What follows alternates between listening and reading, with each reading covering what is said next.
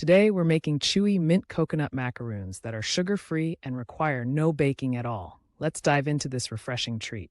We'll need a few simple ingredients: unsweetened shredded coconut, almond flour, fresh mint, and a touch of stevia for sweetness.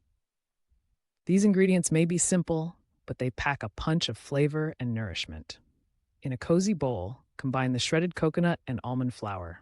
As you chop the fresh mint, its vibrant aroma fills the air, making your kitchen feel fresh and lively. Add the mint into the mix, sprinkle in the stevia, and stir everything together until it's all evenly coated and creates a soft, fragrant dough. Next, using your hands, scoop and shape the mixture into little mounds. This part is fun and easy, turning the dough into bite-sized treats. Once you've shaped them all, place the macaroons on a tray and pop them in the fridge to chill. After they've set in the fridge, it's time to plate your delicious creations. Garnish with fresh mint leaves for that extra splash of color. Take a bite of these delightful treats and feel the calm wash over you as you enjoy the plant-powered goodness they bring.